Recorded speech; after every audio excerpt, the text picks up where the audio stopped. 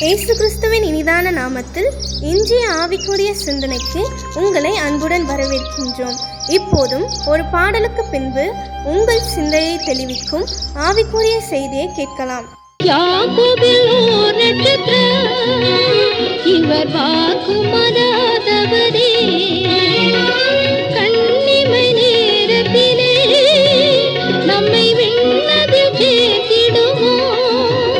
இயேசு மானிடனாய் பிறந்தார், இந்த லோகத்தை மீட்டிடவே. இறைவன் ஒளியாய் இருளில் உதித்தார், இந்த நற்செய்தி சாற்றிடுவோம். இறைவன் ஒளியாய் இருளில் உதித்தார், இந்த நற்செய்தி சாற்றிடுவோம். ஆண்டவர் இரட்சகருமாக இயேசுவின் இனிதான நாமத்தினால் உங்களை வாழ்த்துகிறேன். நம்முடைய ஆவிக்குரிய சிந்தனைக்காக என்னாகமம் 24 அதிகாரம் 17 வசனத்தை நான் வாசிக்கிறேன். அவரை காண்பேன், இப்பொழுது அல்ல, அவரை தரிசிப்பேன், சமீபமாய் அல்ல. ஒரு நட்சத்திரம் யாக்கோபிலிருந்து உதிக்கும், ஒரு செங்கோல் இஸ்ரவேலிலிருந்து எழும்பும். பாருங்கள், பழைய ஏற்பாட்டு காலம், அதுவும் பிலேயாம் தீர்க்கதரிசி மூலமாய் இயேசுவின் பிறப்பை குறித்து சொல்லப்படுகிறது. ஒரு நட்சத்திரம் யாக்கோபிலிருந்து உதிக்கும். அந்த வார்த்தை நிறைவேறினதா? அப்படியே நிறைவேறினது. நட்சத்திரங்களை குறித்து அநேக காரியங்கள் வேதத்தில் சொல்லப்பட்டிருக்கு. அதை வாசிப்போமானால் அதை தெரிந்து கொள்ளும்போது நமக்கு பிரமிக்கத்தக்க விதத்தில் இருக்கும். ஆபிரகாம் குழந்தையே இல்லை, ஆனால் விட்டு விட்டு வெளியே கொண்டு வந்து வானத்தை அண்ணாந்து பார்க்க சொல்லுகிறார். இரவு நேரம் அதில் நட்சத்திரங்கள் வானம் முழுவதும் ஒரு பூத்து குலுங்கிறது போல் தெரிகிறது. இவைகளை உன்னால் எண்ண முடியுமா? எண்ண முடியாத ஆண்டவரே, உன் சந்ததி இவ்வண்ணமா இருக்கும் சொல்லுகிறார். ஆபிரகாமின் சந்ததியை நட்சத்திரத்துக்கு ஒப்பிட்டு ஆண்டவர் பேசுகிறார். விஞ்ஞானம் மட்டுமல்ல, வேதம் என்ன சொல்கிறது? நட்சத்திரங்களை எண்ண முடியாது. அவைகள் ஒன்றுக்கொண்டு ஓடும் பாதையை ஆண்டவர் வகுத்து வைத்திருக்கிறார். அந்த ரூட்ல தான் போகணுன்ட்டு. அதோடு மட்டுமல்ல, நட்சத்திரங்களை பெயரிட்டு அழைக்கிறாராம். எண்ண முடியாத நட்சத்திரத்தை அவைகளுக்கு பெயர் வைத்திருக்கிறாராம். யோசித்து பாருங்க, அப்ப எவ்வளவு முக்கியத்துவம் ஆண்டவர் அதற்கு கொடுக்கிறார். அதோடு மட்டுமல்ல, அந்த ஓடு பாதையை விட்டு நட்சத்திரங்கள் ஒன்னோடு ஒன்று உரசிக்கொள்ளுமானால் அந்த உஷ்ணத்தை பூமி அண்டசராசங்கள் தாங்கிக் கொள்ளாதாம். விஞ்ஞானிகள் அதை சொல்லுகிறார்கள். அவ்வளவு ஆச்சரியமா தேவன் தமது சிருஷ்டிப்பை படைப்பு வைத்திருக்கிறார். அவைகள் ஒளி கொடுக்கக்கூடிய தன்மையுடையதாக இருக்கிறது. புதிய ஏற்பாட்டில் வரும்போது மத்திய 2 அதிகாரத்திலும் நட்சத்திரத்தை குறித்து ஆண்டவர் பேசுகிறார். கிழக்கில் ஒரு நட்சத்திரம் இயேசு பிறக்கும் போது உதிக்கிறது. பிரகாசமான நட்சத்திரம், மற்ற நட்சத்திரம் அது வேறுபடுகிறது. இங்க தான் சொல்ல, யாக்கோபிலிருந்து ஒரு நட்சத்திரம் உதிக்கும். இயேசுவின் பிறப்பு, அவர் வெளிச்சம் கொடுக்கிறவரா, நான் பூமிக்கு ஒளியாய் வந்தேன்னு சொல்லுதான் இயேசு சொல்லுகிறார். எந்த ஒரு மனிதனையும் பிரகாசிப்பிக்கிற ஒளி அது. இன்னைக்கு நம்மையும் அந்த இயேசு நல்ல வெளிச்சமாக ஸ்டாரா மாத்த தான் விரும்புறாரு. இன்னைக்கு நாம எப்படி இருக்கிறோம்? பிரகாசிக்கிறோமா? வெளிச்சம் கொடுக்கிறோமா?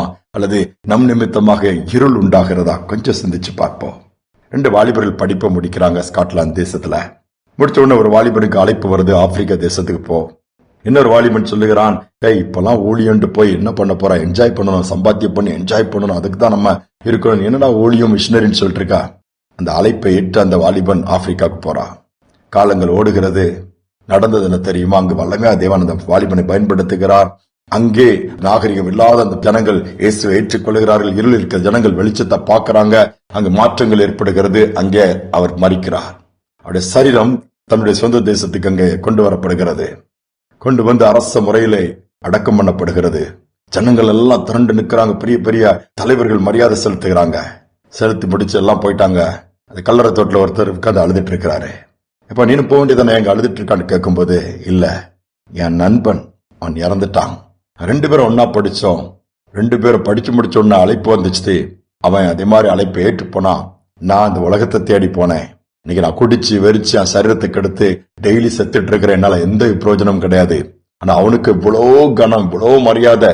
தேச தலைவர்களை அஞ்சலி செலுத்துவது மட்டுமல்ல, இன்னைக்கு ஆப்பிரிக்க தேசமே இவன் மூலமாய் வெளிச்சத்தை பெற்றிருக்கிறது. அவனை குறிச்சு பேசும்போது அவன் ஆப்பிரிக்காவின் ஒளி விளக்குன்னு சொல்றாங்க. அந்த அளவு பிரகாசிச்சிருக்கிறான். அதை நினைக்கும் போது என் வாழ்க்கை நான் கெடுத்துக் கொண்டேன் என்று புலம்பினானாம். யோசித்து பாருங்க, இன்னைக்கு நான் வெளிச்சம் கொடுக்க முடியாது. அதான் நீங்கள் உலகத்திற்கு வெளிச்சமா இருக்கிறேன் இயேசு சொன்னார். இயேசுவும் ஒளியாக இந்த உலகத்திலே பிறந்த அன்னைக்கு அநேக வீடுகள்ல ஸ்டார் எதுக்கு தொங்க போடுறாங்க? கிறிஸ்தவ வீடு என்று தெரிந்து கொள்வதற்கல்ல, ஏதோ கிறிஸ்துமஸ் நாட்களை போடுவாங்க. அந்த ஸ்டார் பின்னாடி பெரிய அர்த்தமே ஆண்டவர் வைத்திருக்கிறார். நம்ம நட்சத்திரங்களா ஆபிரகாமின் சந்ததியாய் தேவன் நம்மை வைத்திருக்கிறார். நாம் ஒளி கொடுக்க வேண்டும். அந்த கிருபையை இந்த நாட்கள்ல கொடுக்க முடியாது கேட்போம். எந்த ஒரு மனுஷனாலும் பிரகாசிப்பிக்க செய்ய முடியும். நீங்க யாராக இருக்கலாம், ஆண்டவரே என்னை பயன்படுத்துங்கன்னு சொல்லி கேளுங்க. ஆண்டவர் உங்கள் மூலமா நன்மை உங்கள் குடும்பத்திற்கு மட்டுமல்ல, உங்கள் சமுதாயத்திற்கு மட்டுமல்ல, தேசத்துக்கு கொண்டு வருவார். ஜெபிப்போம். அன்பின் தகப்பனே, இந்த புதிய நாளில் மீண்டும் நன்றியோடு துதிக்கிறோம் அப்பா. யாக்கோபிலிருந்து ஒரு நட்சத்திரம் உதிக்கும் என்று சொன்ன வார்த்தை நீர் அப்படியே நிறைவேற்றி கொடுத்தீர். அதோடு மட்டுமல்ல, நீர் ஒளியாய் வெளிச்சமா இந்த உலகத்திற்கு வந்து எங்களையும் ஒளி கொடுக்கிறவர்களாய் எங்களை நீர் ஏற்படுத்தி இருக்கிறீர். நாங்கள் அதை உணர்ந்து இருளில் இருக்கிற ஜனங்களுக்கு நாங்கள் வெளிச்சத்தை கொண்டு வருகிறவர்களாய், பலவீனமான ஜனங்களுக்கு நாங்கள் பலன் கொடுக்கிறவர்களாய், மாற்றங்களை ஏற்படுத்துகிறவர்களாய், இதை கேட்கிற ஒவ்வொருவரையும் மாற்ற முடியாது நாங்கள் ஜெபிக்கிறோம்ப்பா. இனி எங்கள் மூலம் நன்மை உண்டாக நம்மால் முடியும். அந்த அப்படிப்பட்ட பாக்கியத்தை கொடுங்க, அப்படிப்பட்ட கிருபைகளை கொடுங்க, அப்படிப்பட்ட விதத்தில் எங்களை நடத்தி பயன்படுத்துங்க. ஒரே ஒரு வாழ்க்கை வீணாக்கி விடாதபடி சரியான முறையில அதை பயன்படுத்திக் கொள்ள அனுக்கிரகம் பண்ணுங்க. தாழ்த்தி ஒப்புக் கொடுக்கிறேன். துதிகனமையை ஏற்றுக்கொள்ளும் இயேசுவின் நாமத்தில் பிதாவே, ஆமேன் ஆமேன். தேவன் நம்மளை நட்சத்திரங்களாக வைத்திருக்கிறார். அதன்படியே நாம் இந்த உலகத்திற்கு ஒளி கொடுப்போம். நிச்சயமாகவே வழி உண்டாகும். இந்த சிந்தனையோடு இந்த நாளை தொடருவோம். மீண்டுமாய் நாளை தினம் சந்திப்போம்.